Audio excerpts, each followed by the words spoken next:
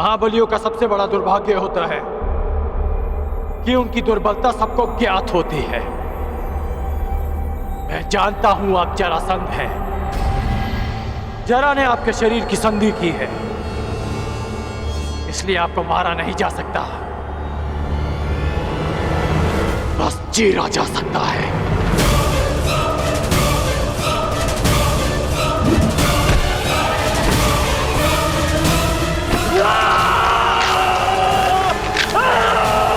उपचार कर। मैं पराजय स्वीकार करता हूं।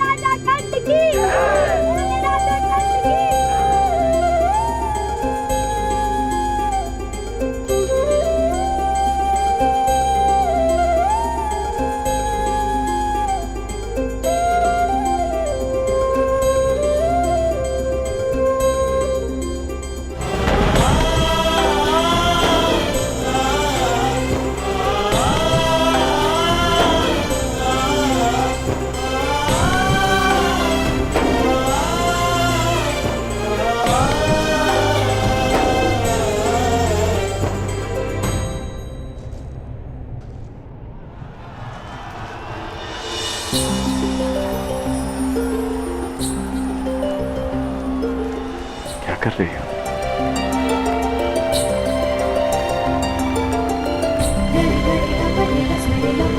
बस जांच रही हूँ कि जिसे अंक का मुकुट पहनाया जाएगा उसका मुख मेरे कर्ण से मिलता है ना, कहीं उसके मुख पर घाव तो नहीं लगे।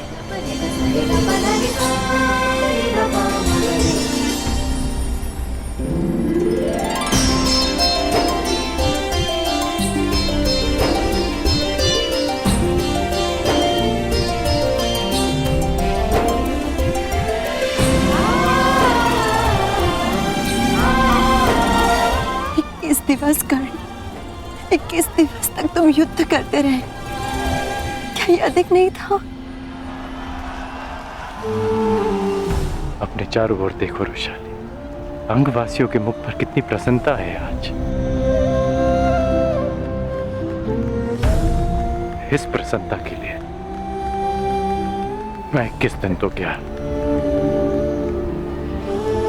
21 जन्मों तक युद्ध कर सकता हूं।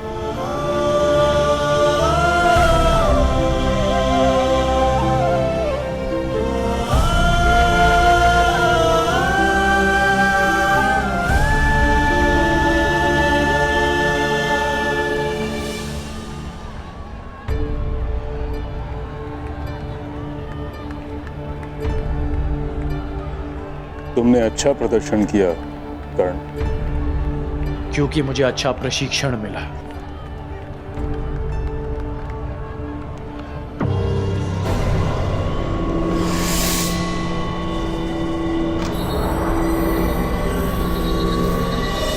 निश्चित रूप से तुम एक विकट योद्धा होगा।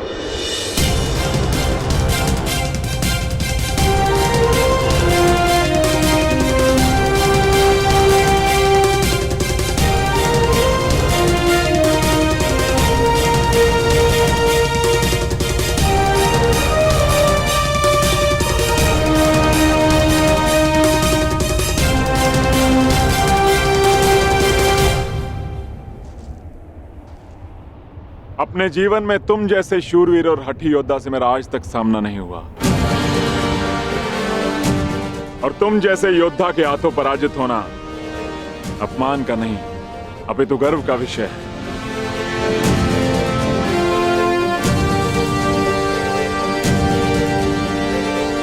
संसार जरासंध को बहुत ही कठोर और धुरंधर योद्धा समझता आया है, लेकिन ये बात बहुत कम लोग जानते हैं कि जरासंध शक्ति का पुजारी है।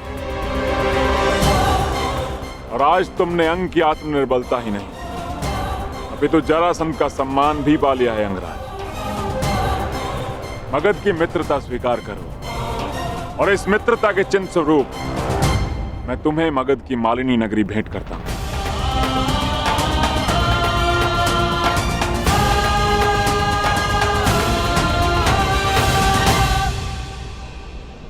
मैं ये स्वीकार नहीं कर सकता मगधराज।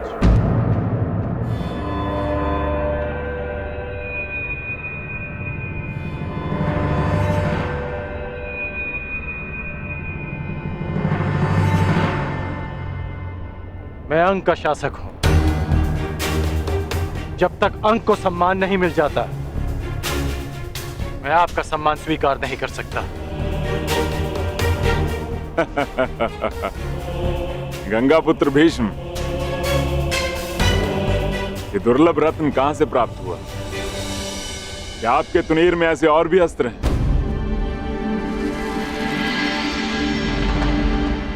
कहिए अंगराज, मैं क्या अर्पण करूं आपको? अंगवासियों को जीवन का अधिकार। मैं चाहता हूं कि उस बांध को तोड़ दिया जाए जो अंग की समृद्धि को रोक रहा है। अंगराज, ये बांध केवल अंग की समृद्धि का स्रोत नहीं है। यदि इस बांध को तोड़ दिया गया तो मगध अपने एक बड़े संसाधन से हाथ धो बैठेगा। जो मैं मांग रहा हूं वो तो ब्याज भी नहीं, जो वर्षों तक अंग से छीना गया है। और विजेता होने के नाते शर्त रखने की स्थिति में आप नहीं, मैं हूं।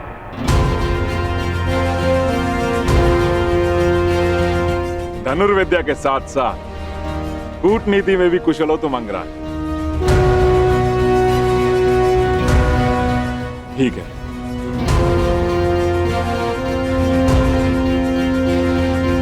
परंतु इस मांग के बदले मेरी भी एक मांग है कि मुझे जब भी तुम्हारी सहायता की आवश्यकता पड़ी, तुम एक बार मेरी सहायता करने अवश्य आओ।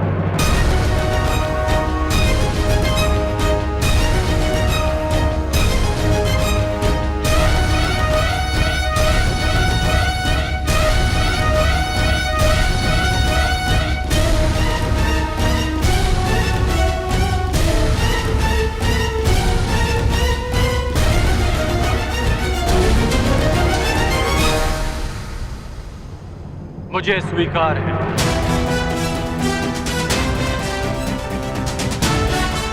तो वचन दिया मित्र, तुम एक बार मेरी सहायता के लिए आओगे और ये जरासंध हर बार तुम्हारी सहायता के लिए प्रस्तुत होगा। तो आप ये बांध कब तोड़ेंगे आप? इस बांध को गिराने के लिए तुम्हारा केवल एक ही बाण पर्याप्त होगा अंगराज।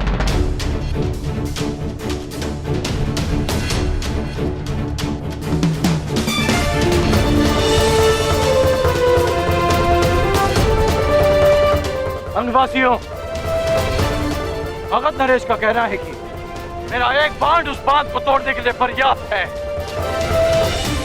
परंतु मेरा कुछ और मानना है। वर्षों तक जिस बांध के आगे आप हाथ फैलाए खड़े रहे कि वो आपकी प्यास बुझा सके, वो आज एक बार फिर आपके सामने खड़ा है। परंतु अब समय आ गया है कि आप अपने फैले हुए हाथों को मुट्ठी बनाकर स्वयं उस बांध को तोड़ दें जो आपकी प्यास और जल के मध्य खड़ा है। तो आगे बढ़िए और तोड़ दीजिए उस चट्टान को जो अंगवासी और अंग के भविष्य के मध्य खड़ा है। एक नई जीवन धारा का स्वागत कीजिए। प्रहार करो।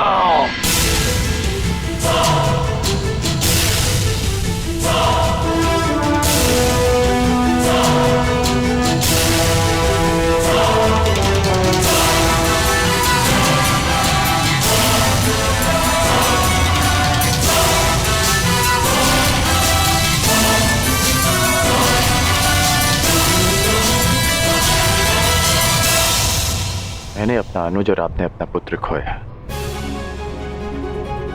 और उस समय हम दोनों असहाय खड़े थे। हम बीते हुए कल को तो नहीं बदल सकते, परंतु जो कल आने वाला है वो हमारे हाथ में है। शोन की मृत्यु का प्रतिकार करने के कई अवसर मिलेंगे मुझे, परंतु ये अवसर आपका है।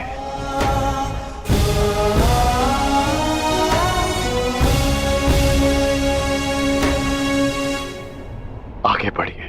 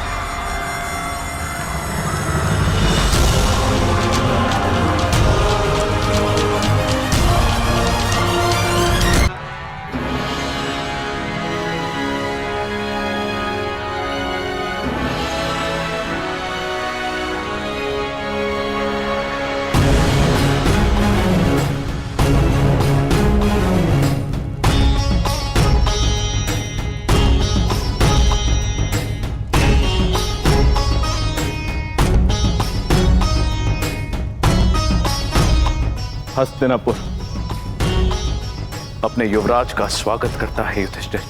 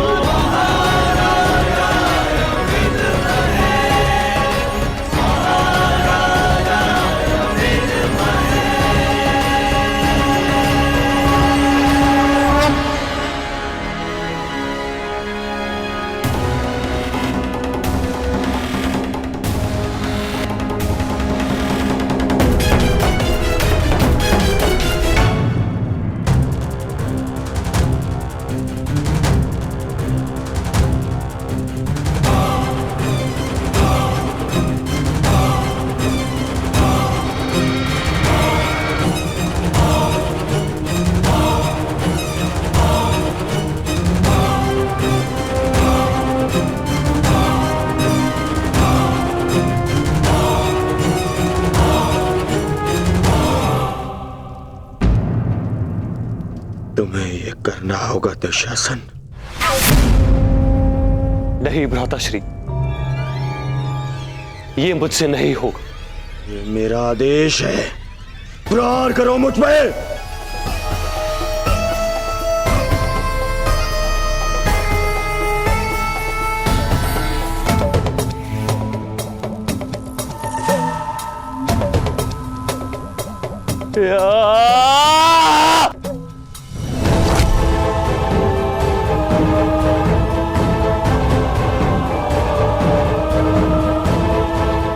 और जोर से।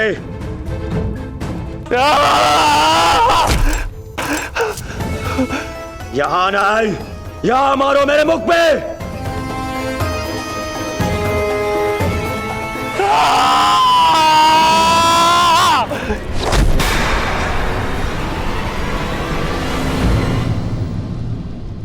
दुर्योधन,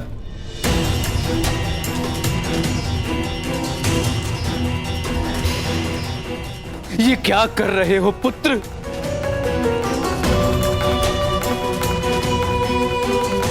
उस प्रहार की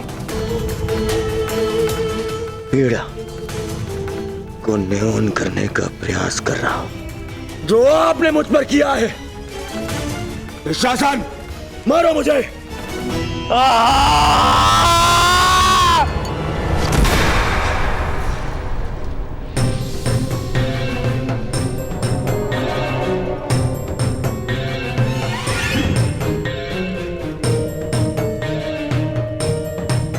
अपने पिता को कष्ट मत दो पुत्र, कष्ट मत दो।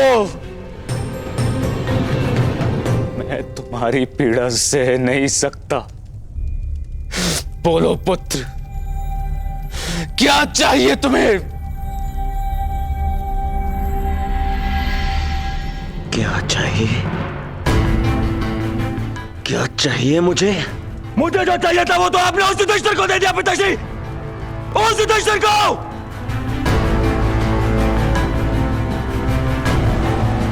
उस युवराज पद पर मेरा अधिकार था। उस मुकुट पर आपके ज्येष्ठ पुत्र इस दुर्योधन का अधिकार था। क्यों किया आपने ऐसा पिताश्री, क्यों? मैं विवश था पुत्र, विवश था मैं, क्योंकि पांचाल नरेश को उन पांडवों ने पराजित किया। परंतु तुम व्यथित क्यों हो पुत्र? युधिष्ठिर अभी केवल युवराज बना है, सम्राट नहीं। और एक युवराज को कभी भी, कहीं भी, किसी के भी आक्रमण का उत्तर देना पड़ सकता है पुत्र। युधिष्ठिर को युद्ध में मैं भेजूंगा, मैं। और युद्ध में प्राण तो किसी के भी जा सकते हैं ना पुत्र।